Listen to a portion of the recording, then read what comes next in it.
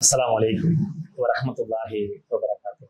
கண்ணியத்திற்குரிய எல்லாம் வல்ல அல்லாஹுவின் நல்லடியார்களே, இன்றைய தினம் நபிகள் நாயகம் ஸல்லல்லாஹு அலைஹி வஸல்லம் அவருடைய காலத்தில் வாழ்ந்த ஏராளமான நபி தோழர்களுடைய வரலாற்றிலே அவர்கள் செய்த தியாகங்களில் உள்ள பாடங்களையும் படிப்பினையும் ஒவ்வொரு மாதமும் ஒவ்வொரு வரலாற்று செய்திகளை நாம் அறிந்து கொள்கின்றோம். அந்த வகையிலே மிகவும் பிரசித்தி பெற்ற, எல்லாராலும் அறியப்பட்ட, அவருடைய பெயர் சொன்னாலே உங்களுடைய நினைவுக்கு நபிகள் நாயகம் ஸல்லல்லாஹு அலைஹி வஸல்லமுடைய காலத்தில் நடந்த கொடுமைகளையும் கொடூரத்தையும் நினைவுக்கு கொண்டு வருகிற அளவுக்கு வரலாற்றிலே மிகப்பெரிய சிரமங்களை சந்தித்தவர்களில் ஒருவரான பிலால் ரலியல்லாஹு அன்ஹு அவருடைய வரலாற்றை தான் நாம் அறிந்து கொள்ள இருக்கின்றோம். பிலால் இப்னு ரபி என்று சொல்லுகின்ற நபிகள் நாயகம் ஸல்லல்லாஹு அலைஹி வஸல்லமுடைய காலத்தில் வாழ்ந்த, மக்காவிலே ஏராளமான நபித்தோழர்கள் அல்லாஹ்வின் தூதர் ஸல்லல்லாஹு அலைஹி வஸல்லம் அவர்களுக்கு இந்த இஸ்லாமிய மார்க்கத்தை சொல்லுகிற நேரங்களில் ஆரம்ப காலங்களில் இஸ்லாத்தை ஏற்றுக்கொண்ட பல்வேறு நபித்தோழர்களை நாம் அறிந்திருக்கின்றோம். அந்த நபித்தோழர்களில் மிக மிக முக்கியமான ஒருவராக, தன்னுடைய இனத்தால் இந்த சமுதாயத்திலே பெரும் கொடுமையை சந்தித்த, பெரிய கொடூரங்களை தன்னுடைய வாழ்நாளில் துன்பங்களை எல்லாம் அனுபவித்து, இந்த இஸ்லாமிய மார்க்கம் மட்டும்தான் என்னுடைய இன வெறிக்கு, நான் தாழ்த்தப்பட்டவன், கருப்பினத்தை சார்ந்தவன் என்பதற்காக வேண்டி இந்த சமுதாயத்தில் ஏற்படுகிற எல்லா கொடுமைகளுக்கும் ஒரே தீர்வு இஸ்லாமிய மார்க்கம்தான் என்று சொல்லி நபிகள் நாயகம் ஸல்லல்லாஹு அலைஹி வஸல்லமுடைய பிரச்சாரத்தால் கவரப்பட்டு ஈர்க்கப்பட்டு இஸ்லாத்திற்குள்ளே நுழைந்த நபி தோழர்களில் ஒருவர் தான் இந்த பிலால் ரலியல்லாஹு அன்ஹு அவருடைய வரலாறு. மற்றவர்கள் எல்லாம் பல்வேறு சிரமங்களை அனுபவித்திருக்கிறார்கள், பல்வேறு தியாகங்களை பண்ணியிருக்கிறார்கள், பல்வேறு சிறப்புகளுக்குரியவராக அல்லாஹ்விடத்தில் இருந்தாலும் இந்த பிலால் ரலியல்லாஹு அன்ஹு அவருடைய வரலாறு என்பது கருப்பினத்தை சார்ந்தவர் என்பதற்காகவே அந்த சமுதாயத்திலே கொடுமையை அனுபவித்தார்.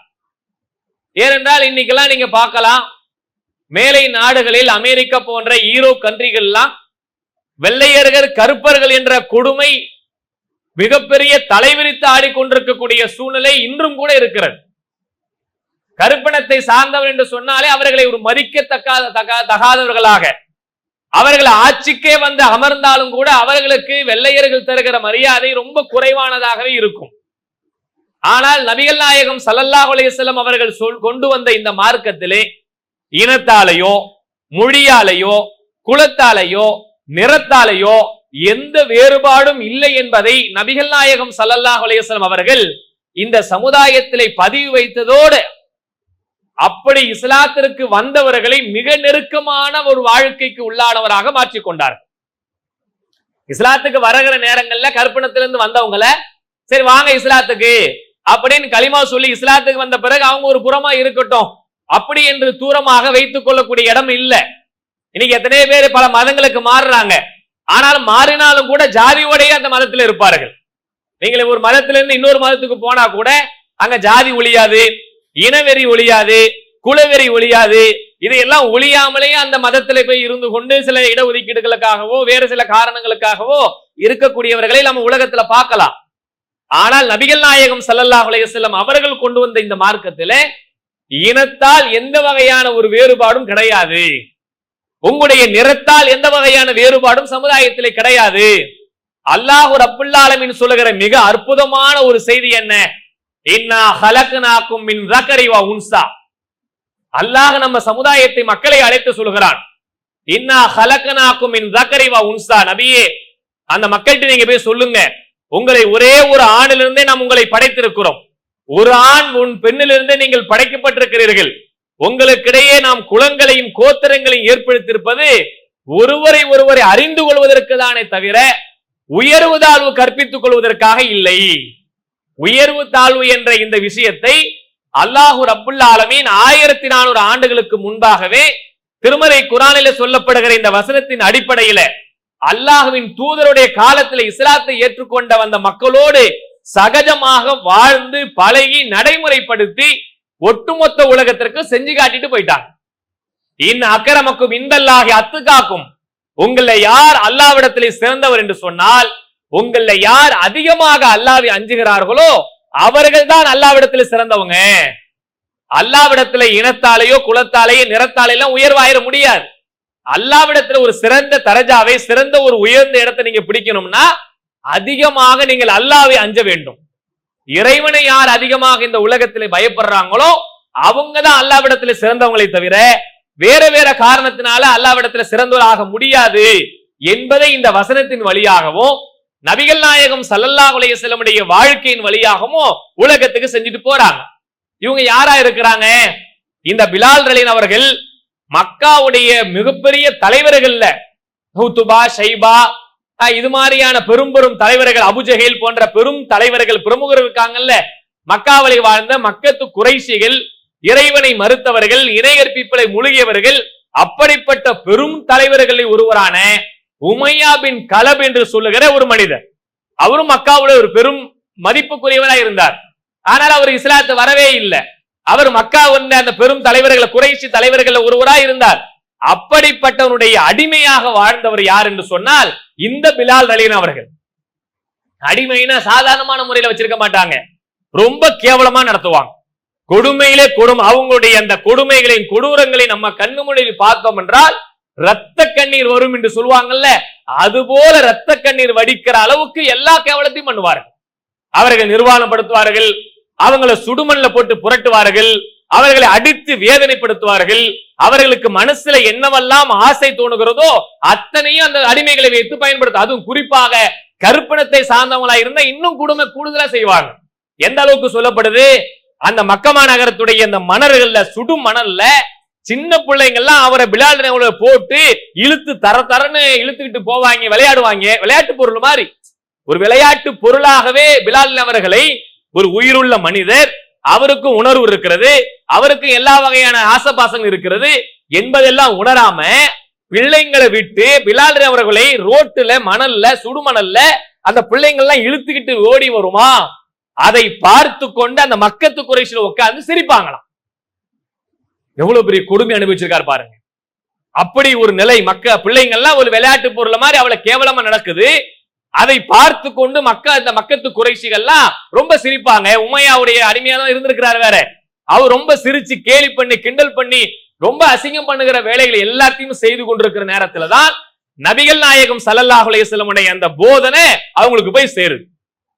படைத்த இறைவனாகிய அல்லாஹ் ஒருவனை மட்டுமே நாம வணங்க வேண்டும், இந்த மார்க்கத்துல இனத்தால, மொழியால, குலத்தால எந்த வேறுபாடும் இல்லை என்ற இந்த செய்தி அவங்க காதுக்கு போன உடனே இறைவனுடைய அருளால் யாரும் இஸ்லாத்தை பகிரங்கமா சொல்வதற்கெல்லாம் பயப்படுவார்களோ அப்படிப்பட்ட இந்த பிலால் அவர்கள் அந்த மக்கமா நகரத்திலே லா இலாஹ இல்லல்லாஹ், வணக்கத்துக்குரியவன் அல்லாஹ்வை தவிர வேறு யாரும் இல்லை, அந்த இறைவனை நான் ஏற்றுக்கொள்கிறேன் என்று வெளிப்படையாக நபிகள் நாயகம் ஸல்லல்லாஹு அலைஹி வஸல்லம் காலத்துல சொல்லி அல்லாஹ்வின் மார்க்கத்தின் பக்கம் வந்தவங்க.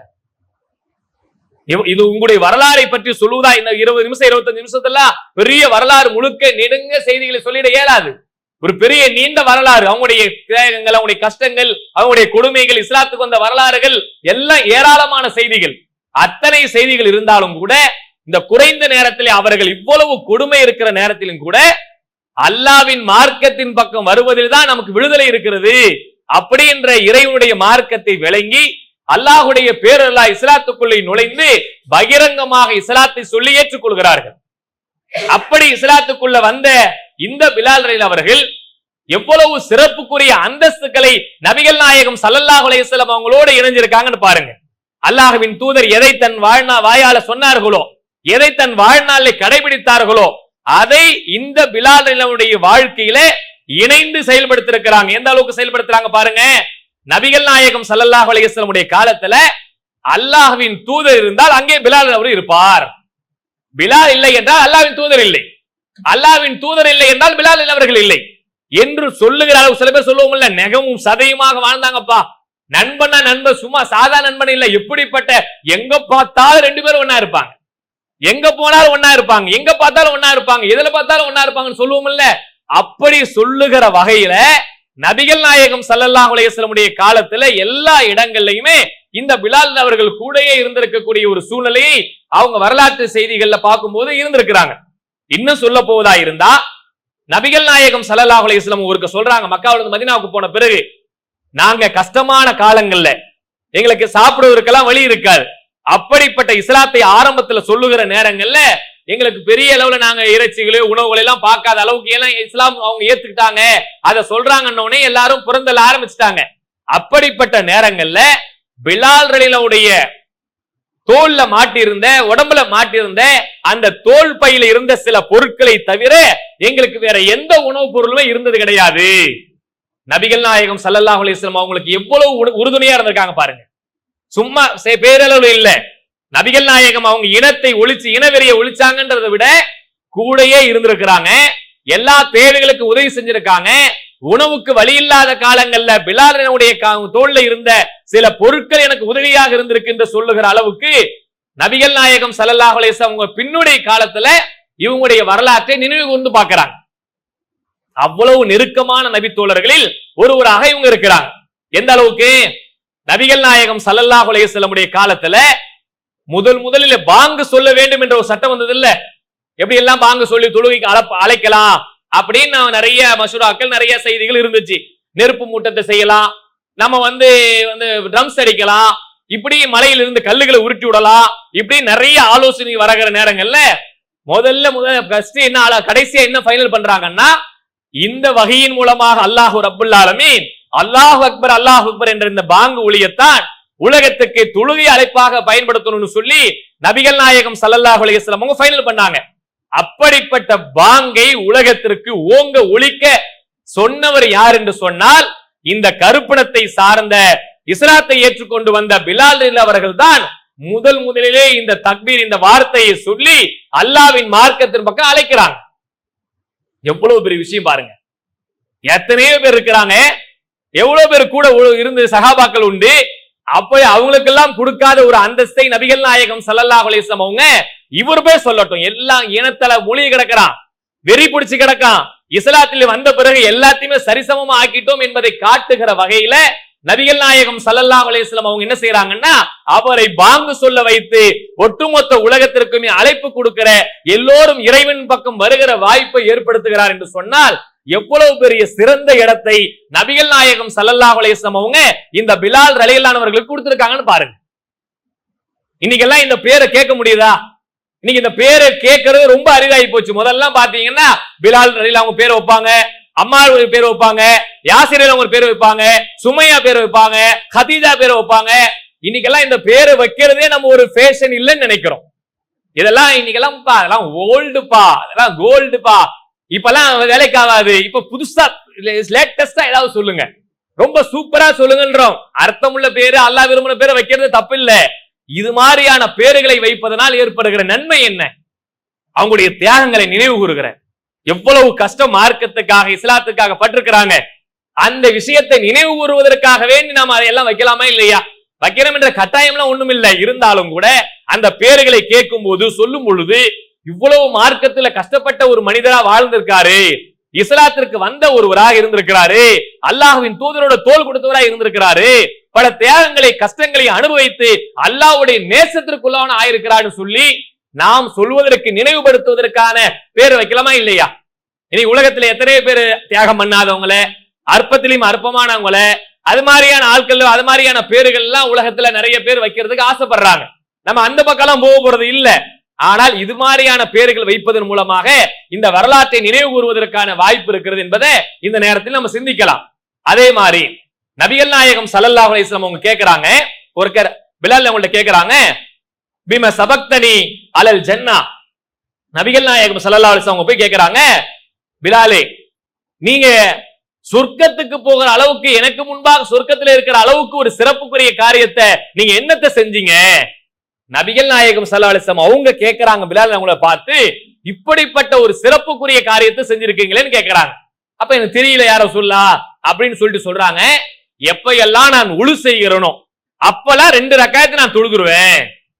இந்த பிலால் அவங்களுடைய அந்த செயல்பாடை அல்லாஹ் எந்த அளவுக்கு அங்கீகரிச்சிருக்கான் பாருங்க. எப்பவெல்லாம் உழு செய்யறனோ, உழு செய்யும் போதெல்லாம் 2 ரக்காயத்தை தொழுதுருவேன்.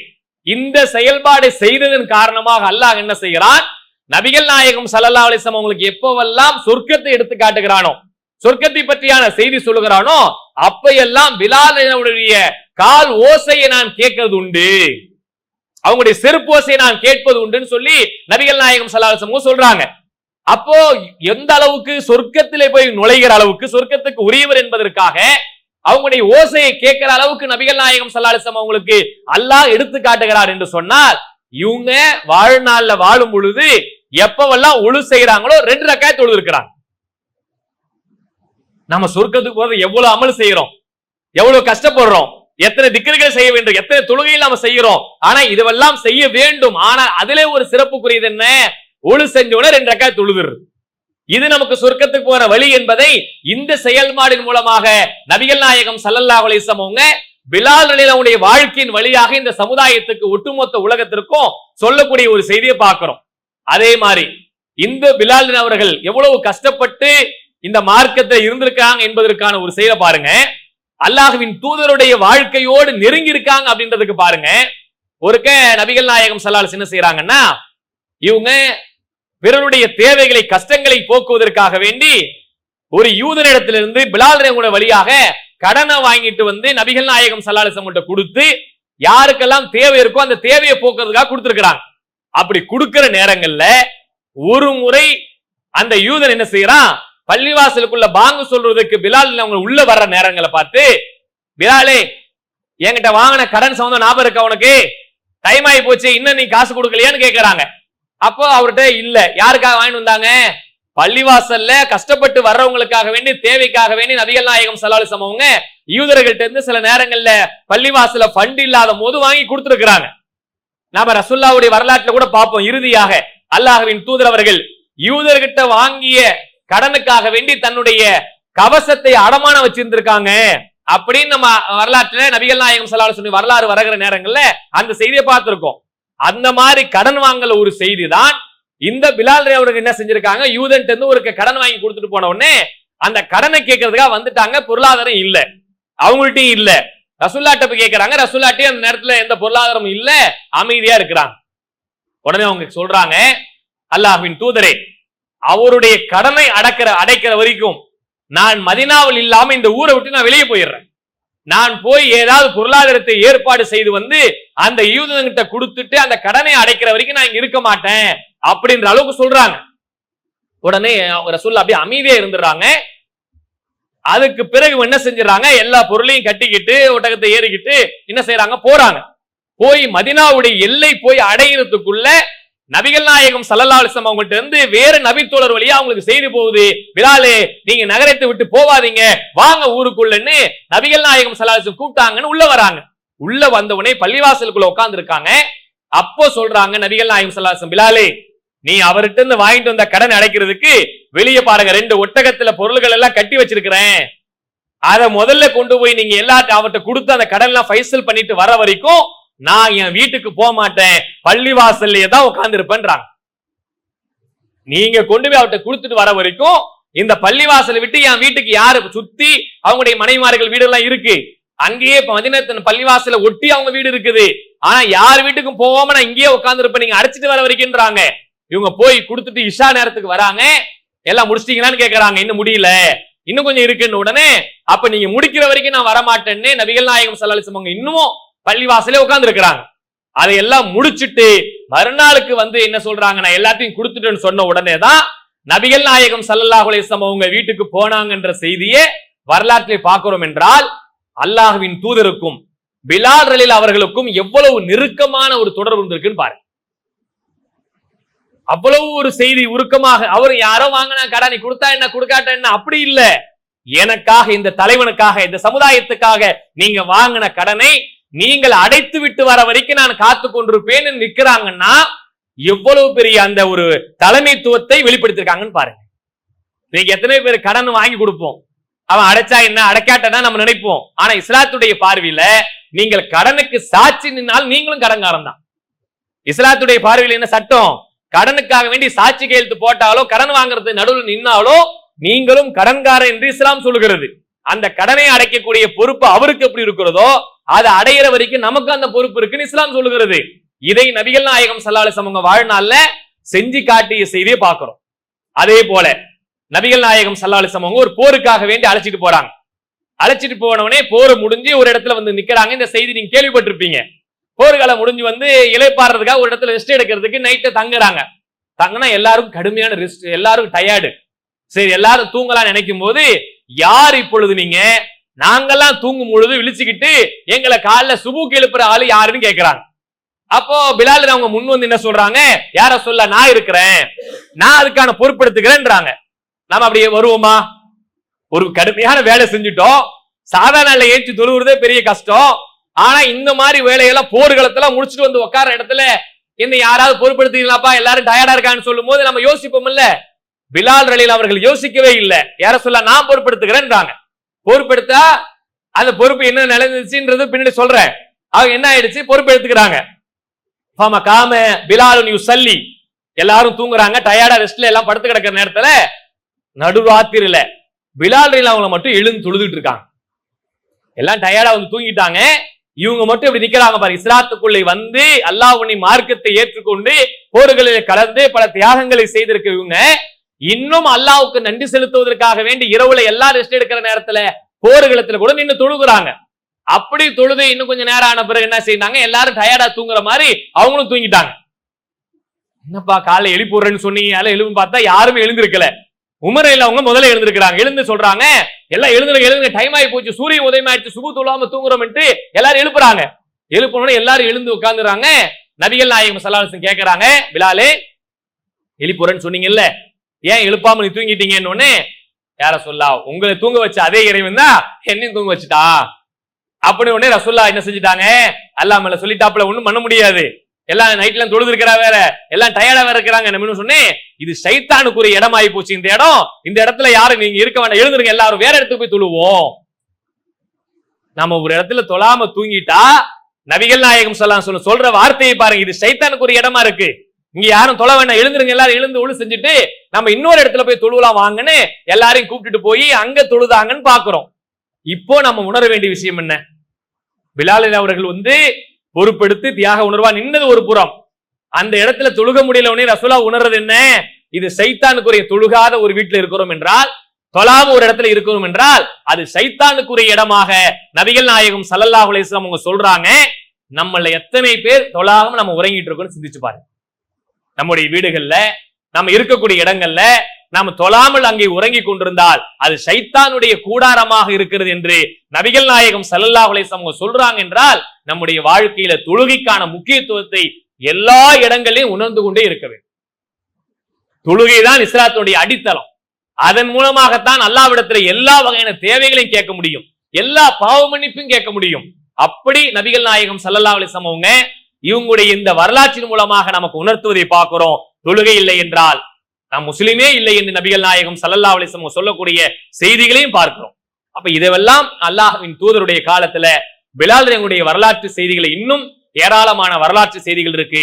இன்னும் அவங்க செய்த தியாகங்கள், அல்லாஹ்வின் தூதருடைய நேசித்த நேசங்கள், அதற்கு பிறகு அபூபக்கர் சித்திக் காலத்துல நடைபெற்ற சம்பவங்கள், உமர் ரலியல்லாஹு காலத்துல தான் அவங்க மரணிக்கிறார்கள். அப்படிப்பட்ட இன்னும் தியாக வரலாறுகளும் இன்னும் அறிந்து கொள்ள வேண்டிய படிப்பினைகளும் ஏராளமான செய்திகள் இருக்கின்றது.